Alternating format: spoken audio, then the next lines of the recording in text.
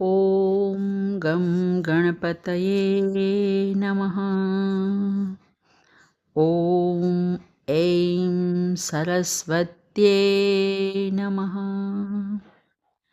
આગળ આપણે નિર્ગુણ નિરાકારની પ્રાપ્તિ કેવી રીતે થાય છે તે જોયું.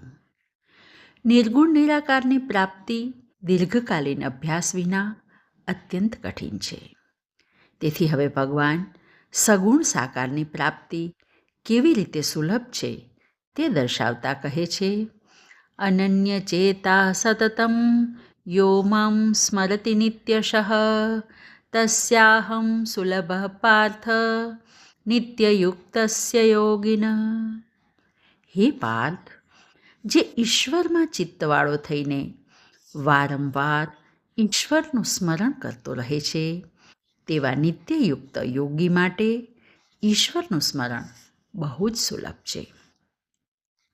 અનન્ય ચેતા એટલે જેનું ચિત્ત ભગવાનને છોડીને બીજા કોઈ પણ વિષયમાં કિંચિત માત્ર પણ જતું નથી, અને જેના અંતઃકરણમાં ભગવાન સિવાય અન્ય કોઈનો આશ્રય કે મહત્વ નથી, એવો સાધક. વળી અહીં સાધક માટે બે શબ્દો નિત્યશઃ અને નિત્યયુક્તનો પ્રયોગ કરવામાં આવ્યો છે. એના દ્વારા ભગવાન એમ કહેવા માગે છે કે જે નિત્ય નિરંતર ઓમકારનું સ્મરણ કરતો રહે છે તેના માટે ઓમકારનું સ્મરણ કરવું સુલભ થઈ જાય છે. અને જે લોકો નિત્ય સ્મરણ જપ કરતા નથી તે મરણકાળે ઓમનું ઉચ્ચારણ કરી શકતા નથી. તેથી જ જીવનભરનો અભ્યાસ જરૂરી છે. અને જો મરણકાળે સ્મરણ થાય તો ઈશ્વર પ્રાપ્તિ નિશ્ચિત છે. અને જો ઈશ્વરની પ્રાપ્તિ થાય તો શું થાય તે બતાવતા ભગવાન આગળ કહે છે, મામુપેત્ય પુનર્જન્મ દુઃખાલયમ અશાશ્વતમ નાપ્નુવંતી મહાત્માનઃ સંસિદ્ધિમ પરમામ ગતામ. મને પામીને આ મહાત્માઓ અશાશ્વત અને દુઃખનું સ્થાન એવા પુનર્જન્મને પ્રાપ્ત કરતા નથી, કારણ કે તેમણે પરમ ગતિને પ્રાપ્ત કરી છે. જન્મવું અને મરવું અને જન્મ મરણ વચ્ચેનું જીવન આ બધું દુઃખાલય છે. અને આ મહાદુઃખોથી છૂટવાનું નામ જ મોક્ષ છે. મોહવશ સંસાર મીઠો લાગે છે, પણ તે કડવું ઝેર છે તેમ સમજીને ઈશ્વર પરાયણ થવું તે વૈરાગ્ય છે.